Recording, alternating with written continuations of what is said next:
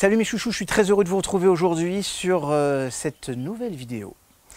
Une vidéo qui s'inscrira dans une série de 3 vidéos que j'ai voulu faire sur des spécificités autour des neurosciences. Je suis dans un site incroyable aujourd'hui, donc je voulais partager ça avec vous aujourd'hui.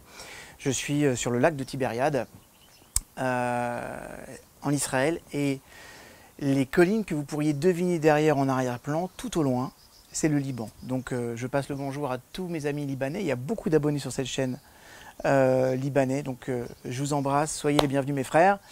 Et on va tous partager les neurosciences, parce que ce soit le Liban, Israël, la France, partout dans le monde, Tunis, Alger, tout le monde, en fait on va se rendre compte qu'on a tous le même cerveau.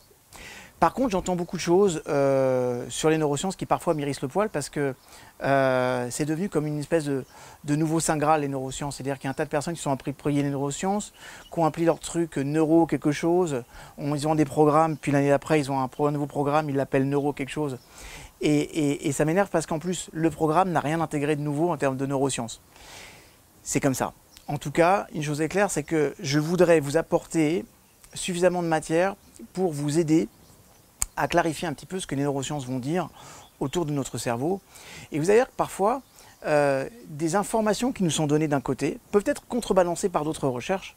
Vous vous rendrez compte dans cette première vidéo. Première vidéo dans laquelle je vais parler de bonheur, mes chouchous. Oui, vous avez bien compris, je vais parler du bonheur. Pourquoi ? Vous savez, le cortex de l'homme, hein, un petit rappel, le cerveau reptilien, le cerveau mammalien, ce qu'on appelle le cerveau limbique, et après le cortex. Et ce qui nous a amené à être humains, et ce qui se développe encore aujourd'hui, c'est la dimension corticale, c'est le cortex. Et on peut dire que l'homme a toutes les raisons de pouvoir tirer de la fierté de ce cortex. Okay ? Mais en fait, les dernières recherches en neurosciences nous disent que finalement, cette dimension corticale, elle ne nous rend pas si indépendants qu'on aimerait qu'il le soit vraiment. Ça veut dire quoi? Ça veut dire qu'il y a derrière tout ça, tout un système inconscient automatique qui agit en coulisses pour déterminer nos comportements. Okay? Et vous allez voir que ce système complexe détermine en grande partie la satisfaction qu'on va tirer dans notre vie. Mais ce système-là, il peut être consciemment modifié. Okay ? Et vous allez voir que comprendre le fonctionnement du cerveau va permettre d'ajuster nos objectifs, d'augmenter notre part de bonheur, justement par la mise en place de nouvelles habitudes qui vont vraiment nous aider. Ça va être vraiment l'objet de cette vidéo aujourd'hui. En clair, mes chouchous, vous allez voir que le cerveau humain, il est soumis à des hormones qui sont en grande partie déterminées par d'anciens circuits inconscients, mais qui se traduisent psychologiquement par le bonheur ou par le malheur. C'est un peu dichotomique. Okay ? La bonne nouvelle, c'est que l'être humain a développé la possibilité, en étant un petit peu volontaire, en faisant preuve de détermination, en faisant preuve de concentration, il a développé cette capacité à changer de ses habitudes ancestrales et d'accéder à un plus grand bonheur. Et on va commencer à accéder à un plus grand bonheur à la mise en place de ses habitudes dans un minimum de 45 jours. Vous savez, il y a un mythe sur les 21 jours. Une personne se transforme en 21 jours, plus ou moins 2 jours. Sachez qu'il n'y a aucune preuve scientifique probante qui appuie ces dires. D'accord ? Donc c'est important de pouvoir l'entendre, parce qu'il y a un tas de mythes autour du développement personnel qui reposent sur les changements en 21 jours. Moi, je peux vous garantir, et vous l'avez fait aussi, que d'essayer de changer en 21 jours, c'est très complexe. En 30 jours, on commence à avoir une idée. En 15 jours, on commence à installer un circuit neuronal. Vous allez voir que pour construire des autoroutes neuronaux, c'est 90, 120 et parfois 240 jours. D'accord ? En tout cas, l'homme, vous le savez, fait partie de la race des mammifères. D'accord ? Ça veut dire que l'homme n'est pas simplement un esprit pensant. Il est avant tout un mammifère. Et ça veut dire quoi ? La conséquence de ça, ça veut dire qu'il dépend de nombreux fonctionnements qu'il va partager avec le monde animal, même s'il n'en a pas conscience.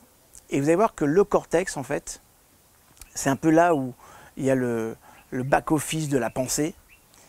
C'est quelque chose qui a été rajouté tardivement dans notre évolution, en tout cas dans l'évolution du cerveau. ça a été rajouté et ça n'a pas remplacé le reste. Okay, et ça, en fait, cette notion, elle va avoir des incidences très importantes. C'est-à-dire que le cerveau reste, malgré les apparences, et comme, même si ça nous dérange, il reste pour beaucoup comme celui de nos ancêtres. Focalisé sur la survie, la conservation du corps et la transmission des gènes. Okay, quand bien même l'homme moderne pourrait se croire indépendant de ses fonctionnements primitifs, croyez-moi mes chouchous, il n'en est à rien. Le système limbique, okay, cerveau reptilien, le plus ancien, limbique, cortex, le système limbique, qui est antérieur au cortex, il n'a pas disparu et reste tout à fait opérationnel et il reste surtout hyperactif. Et vous allez voir qu'il il utilise différents types d'hormones qui donnent une espèce de tonalité, de direction et un sens à tout ce que l'on va vivre. Toutes nos expériences vont être filtrées par ces hormones. Et que le cortex, lui, va ensuite verbaliser à travers la notion de pensée. Donc on peut dire qu'il y a un fonctionnement biochimique qui va conditionner un schéma de pensée. Okay, et vous allez voir que certaines d'entre elles sont très liées à nos humeurs. Et comprendre le fonctionnement de toute cette dimension biochimique, okay, devient essentiel si vous voulez découvrir comment et pourquoi l'homme, il est heureux ou pas. Quand on parle d'hormones, mes chouchous, on parle des hormones qui sont fabriquées dans le système limbique. Alors, fabriquées dans le système limbique et utilisées dans le système limbique, et naturellement aussi, pour beaucoup, fabriquées dans le système entérique, à savoir votre intestin, mais je ferai une vidéo très prochainement là-dessus pour vous expliquer le lien qu'il y a entre les deux. En tout cas, les hormones du système limbique agissent exactement de la même façon chez tous les individus. Mais les stimuli qui provoquent leur activation vont être propres à chacune des personnes. Parce que ça va être étroitement lié aux expériences que la personne elle va avoir au cours de sa vie, et particulièrement durant son enfance. Par exemple, si un individu partage des sentiments positifs avec sa famille autour d'une pizza durant sa petite enfance, la seule vue d'une pizza, ça va le mettre de bonne humeur. Et il pourra peut-être avoir tendance à en manger trop pour retrouver inconsciemment le même circuit de récompense. De la même façon, un adolescent qui réussit à séduire une femme après avoir fumé sa première cigarette pourra peut-être associer la cigarette au succès et devenir de ce fait-là incapable à terme d'y renoncer. D'accord? Vous pouvez arrêter de faire du bruit s'il vous plaît? Merci. Mes chouchous. Non, je vais la faire direct comme ça. Ces hormones sont éphémères. Par essence, ils sont éphémères. Ça veut dire qu'ils vont être très vite ressentis, mais rapidement métabolisés par votre corps. Ça veut dire que leur activation suit une logique qui est implacable. Elles ne sont délivrées par le cerveau que comme la récompense à un but de survie atteint ou proche de l'être. C'est-à-dire que une fois le but qu'il est atteint, un nouveau est aussitôt nécessaire pour en ressentir encore les effets, d'autant qu'elles délivrent jamais leur effet bénéfique sans contrepartie. C'est-à-dire que vous n'aurez pas de biochimie qui se déclenche sans avoir quelque chose de spécifique qui la déclenche. D'accord? Voilà pourquoi, mes chouchous, le bonheur est si difficilement atteignable. Il dépend par nature de phénomènes ponctuels, de phénomènes variables. Et imaginez une vie idéale et un bonheur permanent n'a pas de base scientifique. Okay? Le cerveau, il ne fonctionne pas comme ça. C'est pas possible. Si les besoins primaires sont satisfaits, il cherchera d'autres ressources et d'autres menaces à éviter.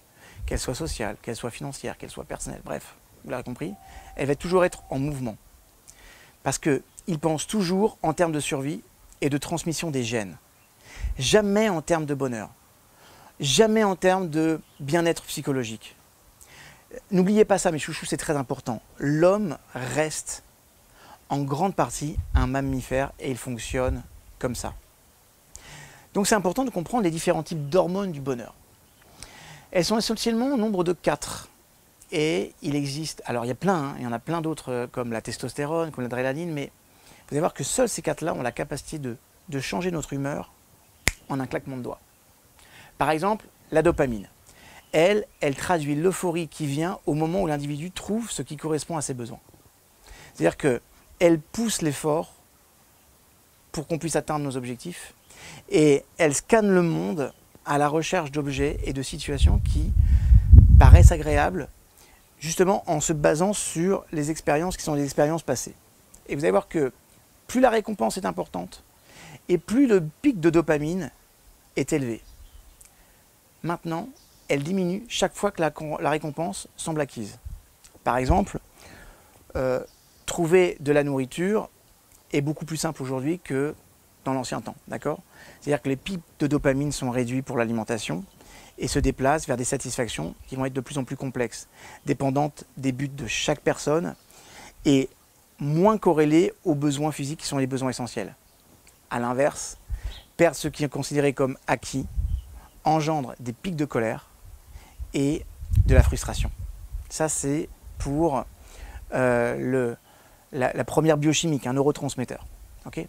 Le deuxième, ça va être l'endorphine. Le rôle de l'endorphine est essentiellement de réduire la douleur physique pour permettre de fuir un danger et de retrouver la sécurité, même si on est blessé. Okay. Les vrais rires ou larmes, ça va vraiment déclencher également un peu. D'accord. Et il faut aller volontairement au-delà de ces limites physiques, je parle, pour les ressentir. C'est pourquoi les douleurs psychologiques vont être pour beaucoup insupportables. Parce que contrairement à la dopamine, l'endorphine n'a pas encore évolué et reste cantonnée au domaine strictement physique. Okay. Vous allez avoir une troisième biochimie, ça va être l'ocytocine. C'est ce qu'on appelle l'hormone de la sécurité et de l'attachement.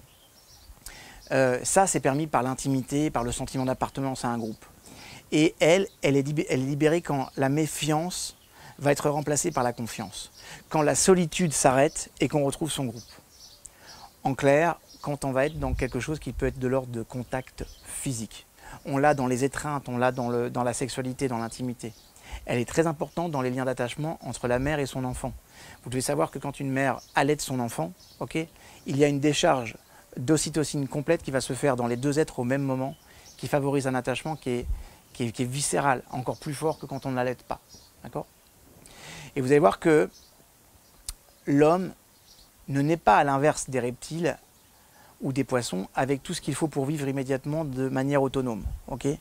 Les mammifères sont fragiles et sont dépendants. Et ils ont besoin des autres pour survivre. C'est le rôle de l'ocytocine, de créer cet attachement durable. D'accord ?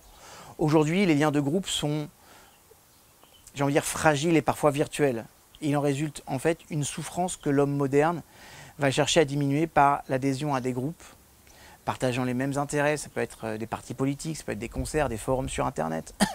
Regardez l'avènement de tous ces groupes Facebook ou de ces micro-groupes Instagram. Ça, c'est pour se donner aussi ce sentiment d'appartenance. Et puis le quatrième neurochimie du bonheur, c'est la sérotonine. Elle engendre la satisfaction qui naît du fait d'être respecté et dominant. Vous l'avez bien compris, respecté et dominant. Ça veut dire quoi? Ça veut dire que dans une optique de survie, avoir une importance dans le groupe permet d'avoir plus de chances de se reproduire et d'avoir accès à la nourriture et aux autres ressources. Okay, c'est comme ça que ça fonctionnait dans le temps. Et c'est comme ça que ça fonctionne encore aujourd'hui, mes chouchous. Et c'est pour ça que le cerveau incite, par l'intermédiaire de la sérotonine, à progresser en ce sens. Les animaux recherchent inconsciemment, mais savent également prendre des positions de dominer pour éviter la souffrance et les risques d'une confrontation qui va être une confrontation directe. Par exemple, vous savez que maintenant j'ai 2 chiennes, il y en a une d'entre elles qui est une Akita qui est très dominante. Elle va montrer par sa hiérarchie et par sa force. Donc, si elle fonctionne dans un groupe de chiens et qu'elle reçoit des marques d'attention positives, ça va. S'il y en a un qui va essayer d'être dominant, elle se sentira certainement en danger. Et pour augmenter son taux de sérotonine, parce qu'elle aussi elle a de la sérotonine, elle va prendre le dessus et l'ascendant physiquement par sa force. C'est ce qui se passe chez les chiens, c'est ce qui se passe chez les loups, mais c'est ce qui se passe aussi chez nous en tant qu'êtres humains à travers tous les systèmes hiérarchiques. D'accord ? Ça veut dire qu'une hiérarchie naturelle s'installe et va s'instaurer donc au sein des groupes sociaux. La soumission des autres augmente. Et quand la soumission des autres augmente, ça augmente la production de sérotonine et son propre bien-être. D'où cette logique d'avoir de l'importance. Par exemple, voir les autres progresser dans cette hiérarchie va provoquer très souvent de la souffrance. Parce que ça, c'est perçu comme une menace, mais ça demeure toutefois très variable selon les individus. Vous savez, on peut se poser une question, pourquoi les informations sont-ils toujours aussi négatifs? Parce que de voir les autres en difficulté va nous permettre à nous, êtres humains, d'avoir un positionnement qui est un positionnement de dominant, en disant, écoute, eux ils vivent un enfer, mais finalement moi, je ne suis pas si mal que ça. Et ça, curieusement, ça produit de la sérotonine. Et c'est pour ça qu'on devient addict à ça, parce qu'on devient plus addict à la sérotonine, et plus facilement addict à la sérotonine, par exemple, qu'à l'ocytocine. Okay. Autre question qu'on pourrait se poser, c'est pourquoi le cerveau va créer l'insatisfaction. Okay. Quand j'étais petit, on disait être heureux comme un reptile, okay, sur un rocher. Okay. Écoutez-moi bien, personne n'est heureux comme un reptile au soleil. Okay. Détrompez-vous, un reptile ne se met au soleil que parce que son cortisol l'incite à rechercher de la chaleur et de ne pas mourir d'hypothermie. Okay. D'autant que lorsqu'il est au soleil, il est constamment aux aguets parce qu'il faut qu'il puisse fuir facilement au premier signe de danger. Donc ne croyez pas qu'il dort, il est aux aguets. D'accord ? C'est donc une dynamique de menace qui le pousse à agir et pas une certaine forme de plaisir ou de bonheur. Il ne faut pas interpréter ça comme ça, parce que si vous pensez qu'il dort et que vous rapprochez, vous risquez d'avoir des surprises. Okay ? Et vous allez voir que ce comportement se manifeste encore chez l'homme à cause du cerveau reptilien, qui reste une composante du cerveau et qui n'a pas, en tout cas qui ne s'est pas adapté. Okay ? Il ne s'est pas, lui, adapté à tout notre environnement social. Okay ? C'est-à-dire que ce cerveau reptilien, il continue de chercher constamment et inconsciemment des dangers au sein de son environnement. C'est son job. Le cortisol, c'est l'hormone de la douleur, de la peur, de l'anxiété, du stress. En provoquant la souffrance, elle pousse à faire quelque chose tout de suite pour qu'on puisse l'atténuer. Et vous allez voir que la plupart du temps, en reproduisant des comportements passés qui ont fonctionné et qui nous permettaient de nous soulager, on va les reproduire encore et encore. Puisqu'il est impossible de vivre dans un environnement et dans un monde absolument prévisible, qui évitera toute forme de déception, toute forme de danger, le cortisol a toujours, même quand tout va bien, tendance à s'installer et à faire ce qu'il faut. Je vous rappelle juste, mes chouchous, je l'ai dit dans plein de conférences, mais je vais le répéter. 5 minutes de colère fait que vous avez engorgé votre système de cortisol et tellement fort que le cortisol devient un poison pour le corps et qu'il va lui falloir 5 heures pour l'évacuer. Ça veut dire quoi? C'est-à-dire que pendant 5 heures, toutes vos défenses immunitaires vont être mobilisées sur ce cortisol et pendant 5 heures, vos émotions, elles, sont hyper fragiles. D'accord? Donc, comprenez que cette action, elle va se produire inconsciemment. Le cerveau lie la souffrance à n'importe quel élément interprété comme étant un danger potentiel ou une déception potentielle. Par exemple, si un jeune lézard échappe aux griffes d'un aigle, il associera ultérieurement et automatiquement à une ombre qui va passer devant le soleil le risque d'être attaqué. Et donc, une augmentation de son cortisol va le pousser immédiatement à fuir, ce qui va augmenter ses chances de survie. Donc, toutes les difficultés qu'on va avoir dans notre vie, les tracas, les disputes, okay, et ben en fait, le cortisol, lui, va être aux aguets pour systématiquement répondre à la problématique s'il y en a une. Enfin, sachez une chose, c'est que le cerveau humain, étant bien plus grand et plus complexe que celui d'un lézard, la perception des menaces est également exponentielle et provoque forcément des émotions négatives. Par exemple, elles permettent de prévenir d'éventuelles menaces et s'y préparer. Et encore une fois, la survie est prédominante à tout le reste. Comprenez que le cerveau, son job, c'est d'assurer notre survie, avant toute chose, avant notre bonheur. Alors c'est vrai que les hommes modernes ne sont plus confrontés aux mêmes menaces urgentes et physiques que leurs ancêtres. Okay ? Notre sens du danger dépend aujourd'hui des expériences que nous vivons au quotidien. Okay ? Parce qu'on n'a pas de moyen de comparaison avec des dangers anciens ou plus grands.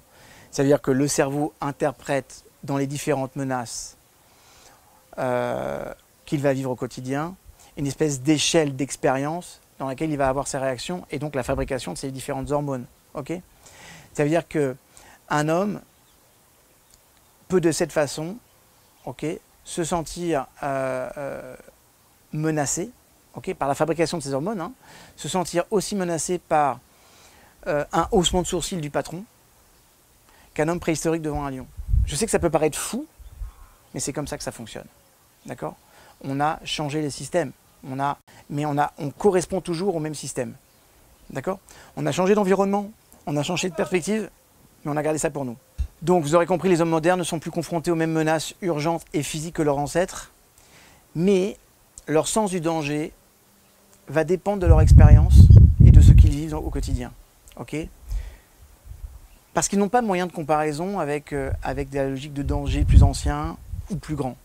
C'est-à-dire que le cerveau interprète donc toutes les menaces en fonction de sa propre échelle d'expérience. Ça veut dire quoi? Ça veut dire qu'un homme peut, à cause de ses hormones, se sentir hyper menacé, en danger, par un haussement de sourcil de son patron. Okay? De la même façon qu'un homme préhistorique pouvait l'être par un lion. Ça va dépendre du contexte. Vous comprenez? Donc le risque physique, même si il est inexistant, peut néanmoins être traité comme une question de vie ou de mort par nos circuits neuronaux. Okay? Et en plus, ces circuits négatifs se créent tout le long de la vie. Et souvent le sens qui était lié à la création de l'expérience, elle est oubliée parce qu'elle n'est pas conscientisée. C'est-à-dire que ça veut dire quoi? C'est-à-dire que l'homme se trouve encombré d'un espèce de bagage hyper important de peur qu'il ne maîtrise pas, dont il ne se rappelle pas, dont il peut parfois même pas trouver l'origine, mais qui sont ou ont été utiles par le passé et peuvent l'être à nouveau dans le futur. C'est pour ça que le cerveau humain les garde en stock. Ok mes chouchous? Donc, dernier rapport pour cette vidéo, le groupe, c'est quelque chose de très important pour l'homme. Les animaux se réunissent en groupes sociaux pour diminuer les menaces et protéger la descendance. Okay? Le cerveau possède des neurones miroirs okay, qui s'adaptent automatiquement aux réactions qu'il voit et aux réactions inconscientes des autres personnes. D'accord?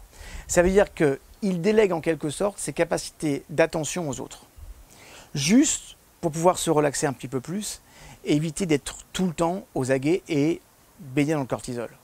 C'est-à-dire que pour eux, et donc pour les humains, ne plus faire partie d'un groupe est une source de stress inconsciente, quand bien même l'individu s'en défendrait.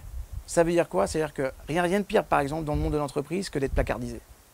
Quelqu'un qui va se sentir placardisé, c'est quelqu'un qui se sentira exclu d'un groupe. Quelqu'un qui se sent exclu d'un groupe, c'est quelqu'un qui va augmenter sa dimension anxiogène, qui va fabriquer plus de cortisol, et donc qui va baigner dans une espèce de biochimie du malheur. Okay? Maintenant, faire partie du groupe, ça ne mène pas nécessairement à la tranquillité. Okay? Parfois, c'est aussi le contraire. Il peut y avoir des problèmes hiérarchiques, parce qu'il y en a qui vont se poser nécessairement à chaque fois. Okay? Et parce qu'il est vital pour l'être humain, au moins pour l'un de ses membres, d'être vu, d'être important. Vous vous rappelez la sérotonine? D'autant plus quand il est jeune, d'autant plus quand il est dépendant. Et vous savez, ce qui se passe avec les jeunes lions et les vieux lions, ou les jeunes gorilles et les vieux gorilles, ça se passe encore aujourd'hui dans le règne humain. C'est comme ça, parce que c'est notre fonctionnement de mammifère. Okay? Et dans un groupe, c'est important que les gens sachent qui dirige et qui suit. Parce que c'est ça qui garantit aussi la cohésion de tous. Ça veut dire que pour ça, être visible et important, c'est une nécessité vitale.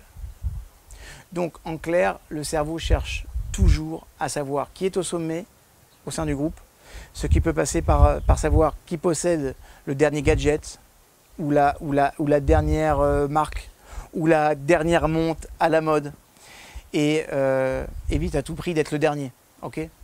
Parce que ça signifie pour lui moins de ressources, moins de respect, moins de chances de procréer, moins de chances de fabriquer de la sérotonine. On peut supporter d'être dominé, parce que même si c'est très déplaisant, parfois ça vaut mieux que les dangers potentiels qu'induit le fait d'être seul. Okay, c'est pour ça qu'il y a des personnes qui vont préférer aller travailler pour une entreprise, pour un groupe, alors qu'ils ont tout le talent d'être indépendants, mais la peur d'être indépendant pour eux est plus importante que l'avidissement d'être lié à un groupe, même s'il n'est pas sympathique. D'accord? C'est-à-dire que la hiérarchie et les problèmes qu'elle pose sont donc perçus comme un moindre mal, et face au danger absolu de se retrouver isolé, c'est une meilleure stratégie. En tout cas, l'histoire nous prouve que l'homme a réussi à survivre jusqu'ici à l'aide de ses semblables, avec la logique de groupe. Quand bien même l'individu se sentirait libre et indépendant de toute forme d'attache sociale, le fonctionnement même du cerveau l'amènera toujours à chercher à se faire une place et à prendre en compte les multiples menaces sociales qui sont inhérents à ça. D'accord ? C'est-à-dire que ces réactions sont d'ailleurs tout à fait inconscientes, vous devez comprendre, puisque c'est biochimique. Il est par exemple très difficile de ne pas se sentir flatté si quelqu'un de très important montre de l'intérêt pour nous, ou si un autre fait des compliments sur nos enfants. Ça va obligatoirement nous toucher. Okay ? Une personne importante aussi, comprenez, n'est pas par ailleurs toujours ce qu'on croit. Okay ? Parce qu'il y a une différence entre la dimension sociale et la dimension du cerveau. Le statut social au sens neurologique ne doit pas être compris en rapport avec le statut économique. Par exemple, un avocat internationalement connu, okay, ou reconnu peut avoir l'impression d'être menacé par des clients qui sont des clients importants. Et lui, du coup, se sentant menacé dans son job, va s'imaginer tout en bas de sa hiérarchie. Okay ? Alors que peut-être un conducteur de bus peut se sentir fier d'être celui qui rapporte le revenu à sa famille et d'en être son leader. Okay ?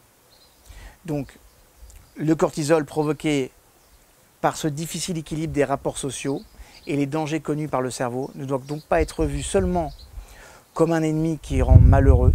Il faut apprendre à le voir comme un indicateur d'une menace possible. Et du coup, le cortex va avoir la capacité, en prenant un peu de recul, de désactiver et d'adapter les anciennes réponses automatiques en apprenant à relativiser les anciens mécanismes et tout ce qui va être grégaire. Je vous laisse méditer sur cette vidéo-là aujourd'hui. C'était une vidéo d'apport. Je voulais juste vous rappeler un petit peu comment nous fonctionnons. On démarre par cette vidéo. Dans la prochaine, on verra le cercle vicieux du bonheur, le fonctionnement des hormones à travers le système de récompense et comment, en fait, parfois, il fausse notre vue sur les choses et sur la vie. Ok, mes chouchous ? Bon, si vous avez aimé cette vidéo, mettez-moi un petit commentaire. Si vous en voulez plus des comme ça, mettez-le moi et sachez que prochainement, très prochainement, je vous proposerai un truc de psychopathe autour du cerveau et comment apprendre à le maîtriser. Je vous en parlerai plus tard. Je vous aime, je vous retrouve sur une prochaine vidéo.